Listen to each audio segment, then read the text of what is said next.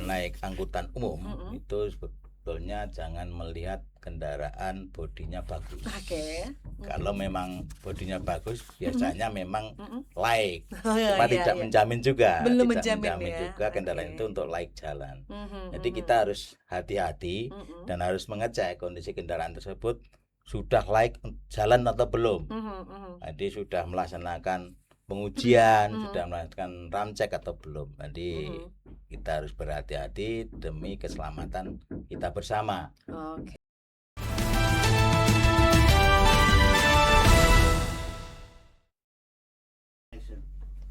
Halo, apa kabar? Ketemu lagi dengan podcast Merapi. Yang pasti udah pada nunggu dong ya. Bakal ada kabar apa lagi nih yang bakal kita kulik di sini ya. So stay di sini tentunya di podcast Merapi. Dan kali ini kita akan ngomongin soal mudik. Yes, Lebaran dong ya. Nah, mudik aman dan transportasi yang aman di Kabupaten Boyolali. Telah hadir bersama kita dari Dinas Perhubungan Kabupaten Boyolali. Yuk kita mau kenalan dulu dengan narasumber kita. Saya menyapa dulu Pak Didik Rianto, Sarjana Teknik, Kabid Pengembangan dan Keselamatan. Halo, apa kabar Bapak hari ini? Kabar baik Mbak, selamat siang. Oke. Kemudian di samping beliau ada Bapak Joko Suripto SS, Kasih Keselamatan. Selamat siang juga Bapak. Selamat siang, Mbak. Oke, Ketemu gimana kabar lagi. hari ini? Alhamdulillah baik, sehat. Ya. Oke. Ini sudah mulai kelihatan ini Pak untuk persiapan-persiapan mudik Lebaran ini dari Dishub sendiri. Ya gini Mbak, jadi untuk di sub memang ini saat-saat yang sibuk. Dalam arti untuk mempersiapkan untuk menyambut pemudik, untuk menyambut pemudik. Jadi kita harus memastikan kesiapan infrastruktur, Iya. kemudian kelengkapan jalan, sarana prasarana dan sumber daya manusia yang akan kita teruskan untuk menyambut pemudik yang berada di Boyolali nantinya. Oh, iya. Sibuk-sibuknya ini Mbak. Oh, sibuk-sibuknya. Terima kasih di tengah kesibukannya sudah hadir untuk pemirsa ini ya dari podcast Merapi. Dan yang jelas ini Pak, soal mudik ini kan ada satu kerinduan ya untuk mereka bertemu dengan keluarga, sampai di rumah aman, selamat, bahagia seperti itu. Nah, kalau kita melihat Boyolali ini kan tempat ini ya Pak, ada tol, kemudian jalur arteri Semarang Solo. Nah, tahun ini prediksinya ini gimana Pak Didi? Apakah Boyolali akan ada titik macet atau tidak ini Pak? Ya gini Mbak, jadi di mudik Lebaran Mhm. di tahun ini memang agak spesial juga ini. Mhm. Jadi untuk Boyolali ini ada dua jalur, yaitu jalur tol dan jalur Arteri? arteri. Mhm. Jadi memang ini nanti kemungkinan akan menjadi muncul titik-titik baru kemacetan. Oke. Yang jelas di tol itu pasti akan nanti macet. Ah, Walaupun ini nanti dia ya. akan kita berusaha untuk menetralisir untuk terjadi kemacetan lebih berkurang. Tapi untuk di jalur arteri ini nanti juga akan terjadi titik-titik kemacetan. Oke. Salah satu contohnya nanti di Ampel, Mhm. kemudian nanti di exit tol Mojosongo, Mhm. kemudian exit tol Banyudono, Iya. kemudian di Karanggede juga akan Karanggede terjadi juga. kemacetan. Mhm. Kemudian nanti di jalur Selo juga akan jadi muncul titik kemacetan. Nah Oke. ini nanti harus kita perhatikan, kita antisipasi. Mhm. Makanya untuk mengantisipasi itu harus kita membuat jalur alternatif juga. Oke. Ya untuk mengurangi kemacetan tersebut. Mhm. Jadi prediksi untuk tahun ini Lebaran ini memang puncak-puncaknya di H-3 sampai H-1 untuk mudiknya. Mhm. Mhm. Kemudian untuk baliknya nanti perkiraan sekitar H+3 sampai H+5 ini puncak-puncaknya. Jadi Oke. nanti ini mohon dari pemudik juga harus memperhatikan jadwal istilahnya prediksi puncak mudik maupun puncak baliknya sehingga untuk menghindari kemacetan tersebut. Oke. Itu, Mbak. Jadi perkiraan antara tanggal 17 ini sudah mulai peningkatan kendaraan ini ya Iya, Pak ya. sudah meningkat. Oke. Dan kalau di Boyolali sendiri tahun-tahun kemarin ini apakah sepeda motor ini juga banyak, kemudian kendaraan roda 4 juga banyak ini? Untuk tahun kemarin itu memang untuk kendaraan roda 4 juga banyak, Mhm. roda 2 juga banyak. Jadi kita dua-duanya harus antisipasi baik di jalan tol maupun di arteri. Oke. Ya, nanti memang harus kita persiapkan semua, jangan sampai terjadi kemacetan yang mengganggu kelancaran dari lalu lintas tersebut. Oke. Ya ini kan harapannya warga yang melintasi Boyolali nih ya, yang juga menyaksikan untuk acara ini butuh sekali informasi nih Pak. Mungkin ada beberapa update dari kondisi jalur-jalur utama gitu. Mungkin untuk menghindari kemacetan yang di Ampel, misalnya kita harus kemana gitu. Udah ada gambaran belum nih dari Dishub itu sendiri? Jadi gini Mbak, Mhm. untuk update jalan memang untuk Kabupaten Boyolali ini secara umum ini Ya. sudah layak untuk dilewati. Oke. Jadi sudah layak untuk dilewati. Memang kita selalu mengadakan koordinasi komunikasi dengan pemangku jalan. Jadi baik itu pemangku jalan provinsi, Ya. nasional maupun daerah, kita selalu berkoordinasi sehingga untuk kondisi jalan di tahun 2026 ini relatif secara umum aman untuk dilewati. Kemudian untuk alternatif, jalur-jalur alternatif memang sudah kita siapkan. Ya. Nanti Pak Joko Surito akan menjelaskan mana saja yang akan kita siapkan jalur-jalur alternatifnya. Oke, ya jadi ini memang Dishub Boyolali ini udah siap jauh-jauh sebelumnya gitu ya Pak ya, untuk nanti para pemudik itu mereka aman, nyaman dalam berkendara untuk bertemu dengan keluarga, pastinya seperti itu. Oke. Termasuk pemasangan rambu portable. Oh itu juga ya Pak ya, pemasangan itu ya Pak Suripto ya, nanti juga ini akan mempermudah pemudik untuk melalui jalan-jalan itu. Karena ada penunjuk arahnya ya. Oke, ada penunjuk arahnya. Oke, mungkin bisa dijelaskan ini terkait pemasangan RPPJ, rambu-rambu petunjuk jurusan itu Pak Suripto. Ya, terima kasih. Mungkin kami menambahkan kaitannya dengan rute atau jalur alternatif bagi pemudik ya. Dari Dinas Perhubungan Kabupaten Boyolali ini juga bekerja sama dengan koordinasi dengan Satlantas, katanya untuk menentukan titik-titik yang dianggap rawan kemacetan. Dan makanya dari kita sudah mempersiapkan kurang lebih 20 sampai 30 rambu portable. Oke. Yang mana nanti bisa kita tempatkan di titik-titik yang strategis. Mulai dari keluar exit tol sampai nanti bisa menuju ke arah Jogja atau Klaten. Ini sudah ada rambu-rambu petunjuk arah bagi pemudik yang mungkin baru datang pertama kali untuk mudik, sehingga masuk kota Boyolali mungkin kebingungan dengan adanya rambu portable nanti ya. Diharapkan pemudik tidak akan tersesat di Boyolali gitu. Ya. Jadi ini sungguh-sungguh ramah ini untuk mereka ya Pak ya. Oke. Nah ini terkait dengan kelayakan sebuah kendaraan, ini kan juga penting untuk keselamatan ini ya Pak ya. Mungkin ada harapan bagi para pemudik ini terkait dengan transportasi yang digunakan, apakah umum, pribadi, kemudian apa yang perlu dicek gitu kan untuk keselamatan mereka. Mungkin bisa dijelaskan Bang Mas silahkan. Untuk transportasi khususnya untuk kegiatan mudik lebaran ini ya, memang dari pemerintah sudah memerintahkan dari dinas yang terkait untuk mengadakan kegiatan ramcek. Ya, ramcek yaitu pemeriksaan kelayakan kendaraan, baik itu secara teknis maupun administrasi.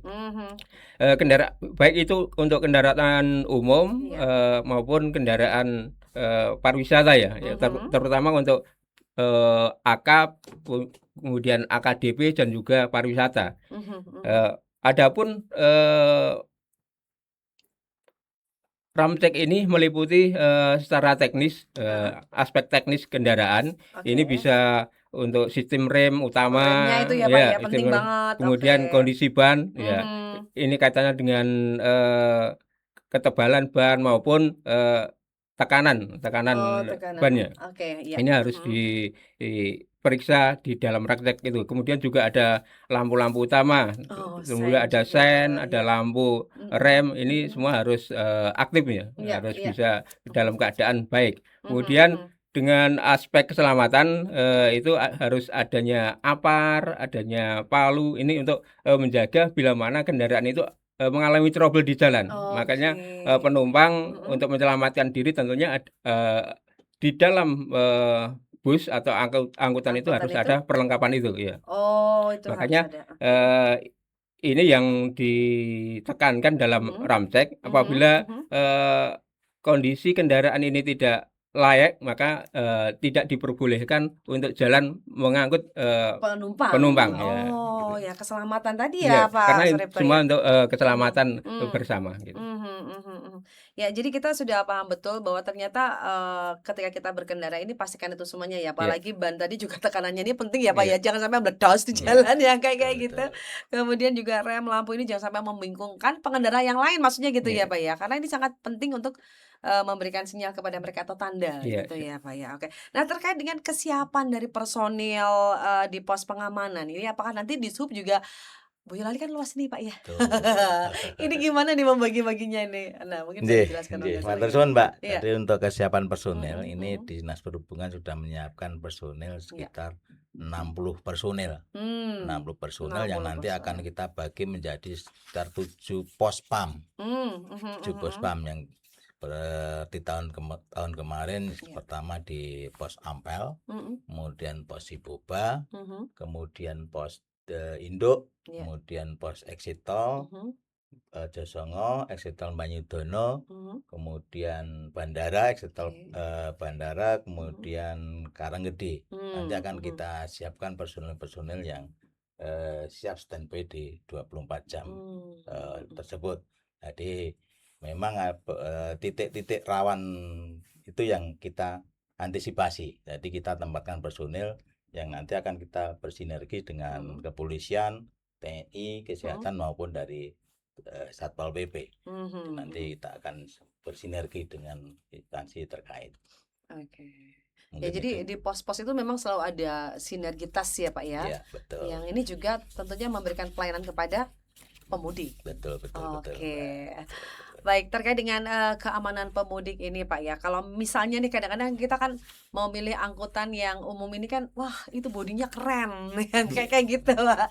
Sebenarnya boleh nggak sih kita melihat itu sebagai karena bodinya keren aja pasti mesinnya juga oke gitu. Nah, biar kita nih pemudik ini tahu tahu oh ini sudah apa izin Iya. kelayakannya gitu tuh sebenarnya gimana? Apa yang harus kita lakukan sebagai pemudik? Jadi itu sebetulnya untuk naik angkutan umum itu sebetulnya jangan melihat kendaraan bodinya bagus. Oke.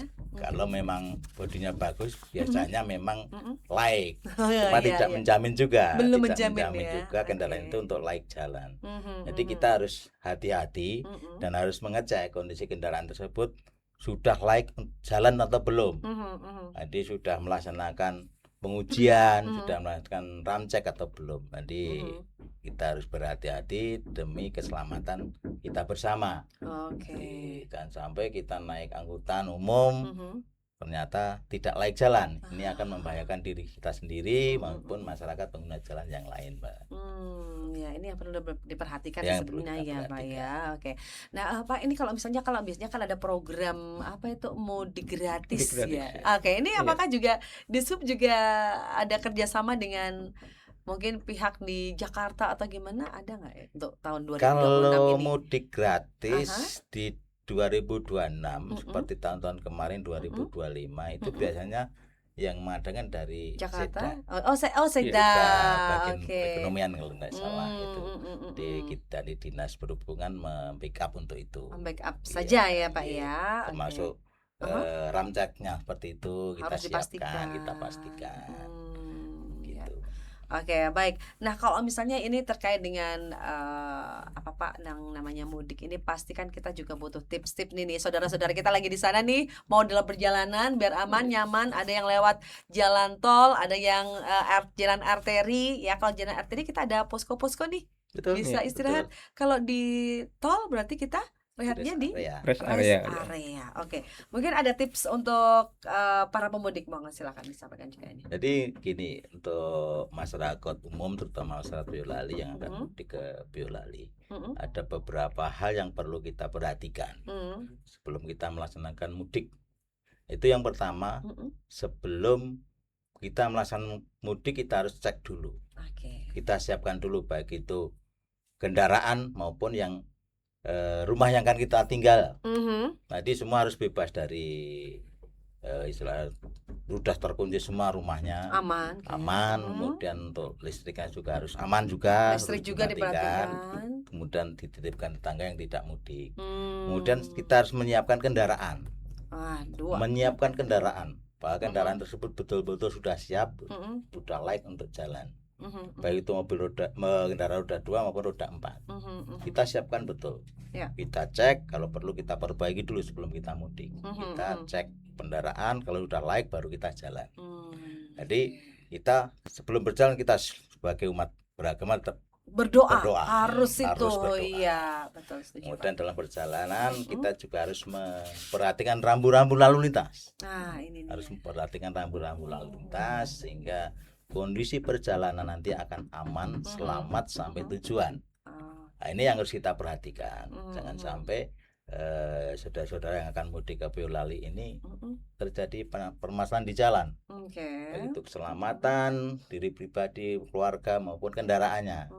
Maka nanti jangan sampai di jalan macet kendaraannya atau bahkan terjadi kecelakaan. Ini harus hati-hati, harus kita perhatikan. Termasuk kita harus perhatikan rambu-rambu lalu lintasnya. Mungkin sementara itu itu. ya, oke. Pak, mungkin bisa dibayangkan ini, mungkin pemudik juga ketika kita ingin berhenti di posko, ya kan? Di situ itu ada sarana apa saja sih yang bisa mereka nikmati? Kan itu lagi capek, lelah banget gitu, apalagi kadang-kadang bawa anak-anak juga. Nah, apa sih fasilitas yang ada di posko-posko itu? Jadi gini Mbak, jadi untuk Dinas Perhubungan seperti biasa tahun kemarin kita membuka rest area juga. Oh, rest area di juga kantor. ya? Dinas Oh, di kantor. Perhubungan. Jadi kita buat rest area di samping nanti di posko-posko. Di rest area kita siapkan itu untuk tempat tidur. Kita siapkan, kemudian toilet, kemudian ada minuman, ada snack kecil, makanan kecil, makanan ringan, kemudian ada ya istilahnya musola untuk tempat beribadah, bisa istirahat di situ. Jadi kita siapkan untuk rest areanya di kantor Dinas Perhubungan. Oke.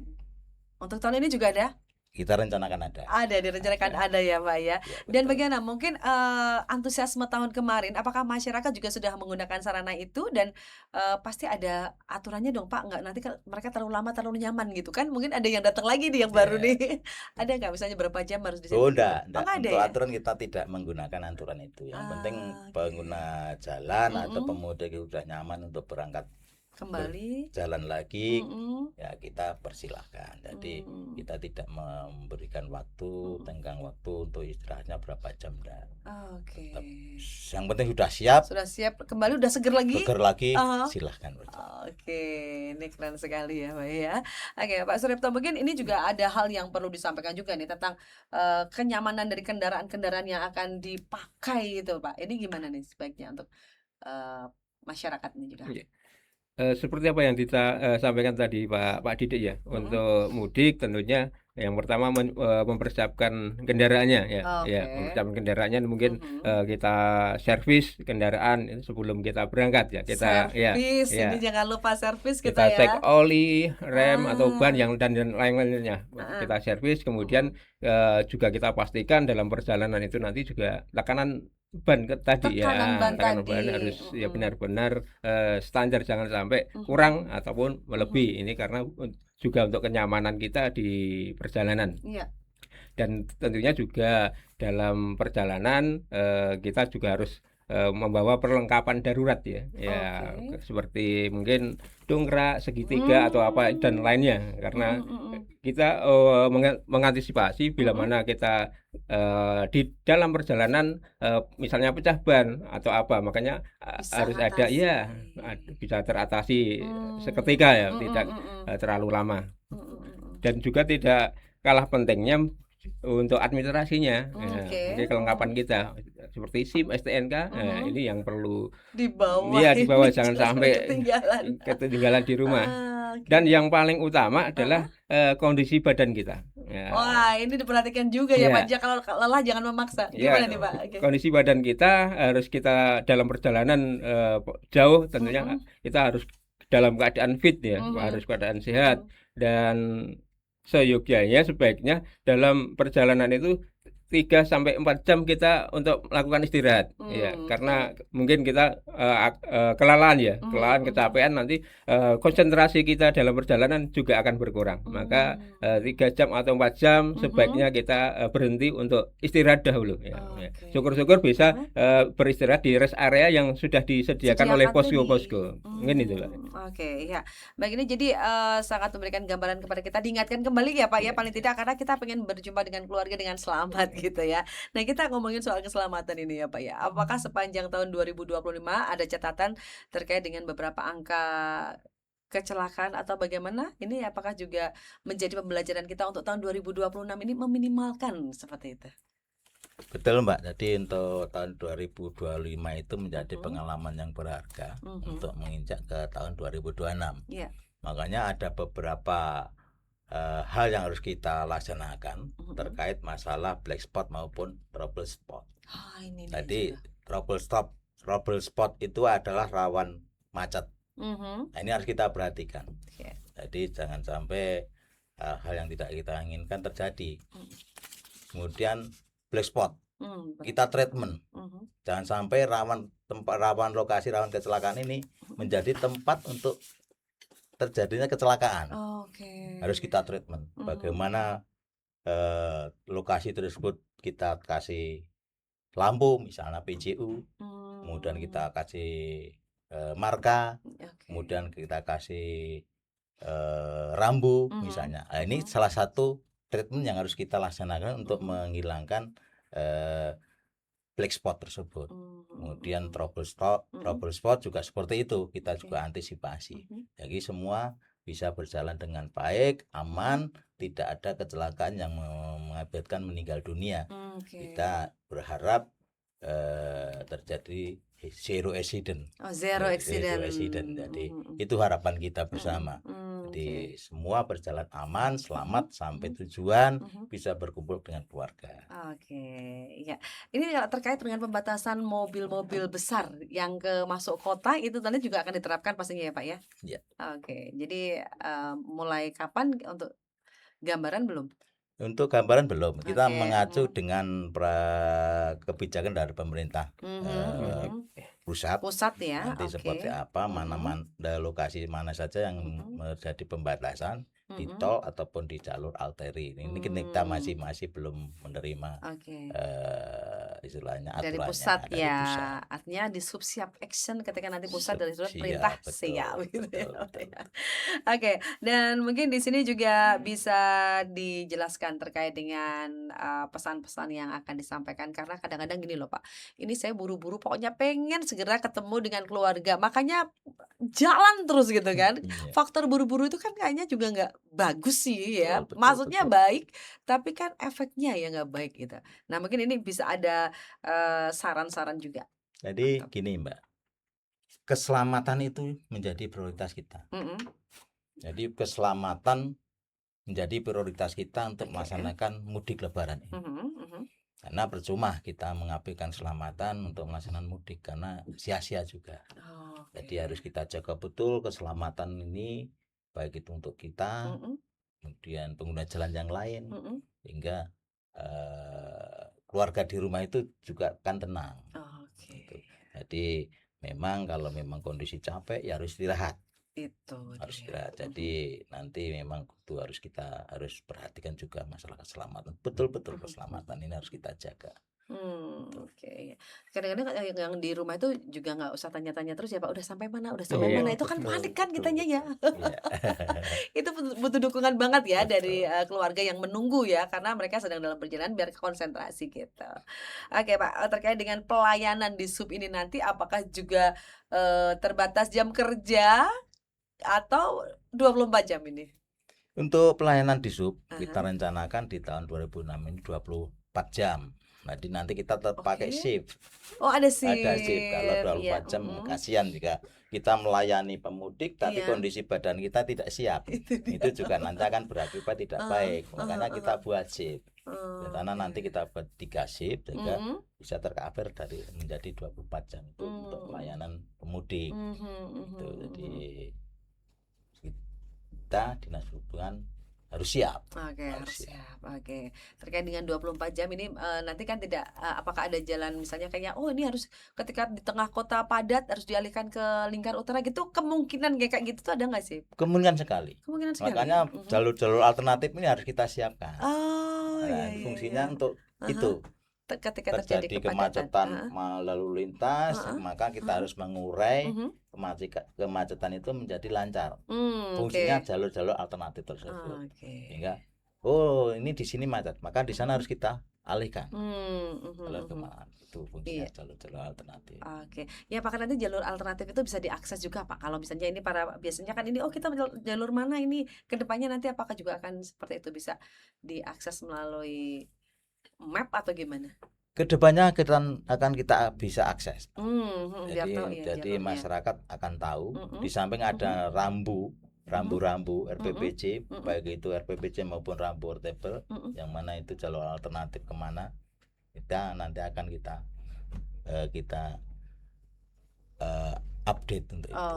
Masyarakat bisa mengetahui jalur mana yang terjadi kemacetan dan bisa mengalihkan kemana. Betul. Ini yang ditunggu-tunggu semuanya ya. Dan lebih seru nanti kalau pas hari Lebaran ya Pak ya, pasti betul. ini gimana nih kalau yang misalnya ini yang Lebaran ini nggak pada pakai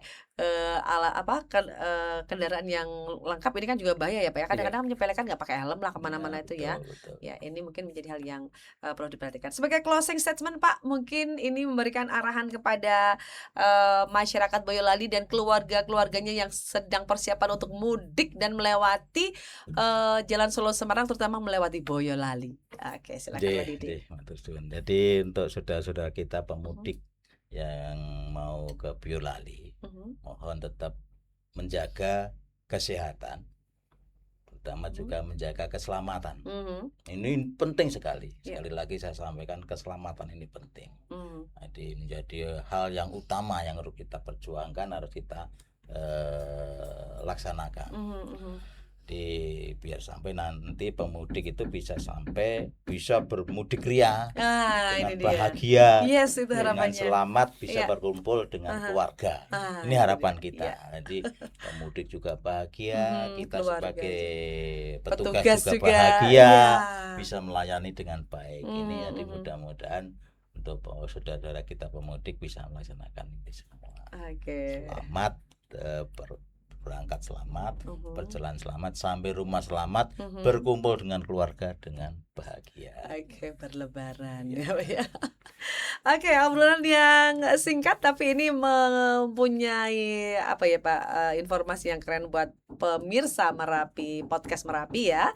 Dan terima kasih untuk kehadiran di podcast pada kesempatan kali ini dari Dinas Perhubungan Kabupaten Boyolali, Bapak Didi Irianto selaku Kabid Pengembangan dan Keselamatan. Matur nuwun sekali Bapak Sudarawo. Pak Joko Surepto juga, beliau adalah kasih keselamatan, dan yang pasti kita selalu diingatkan bahwa kita perlu berhati-hati karena kita akan menjumpai keluarga dengan keadaan selamat dan bahagia. Gitu ya Pak ya. Terima kasih.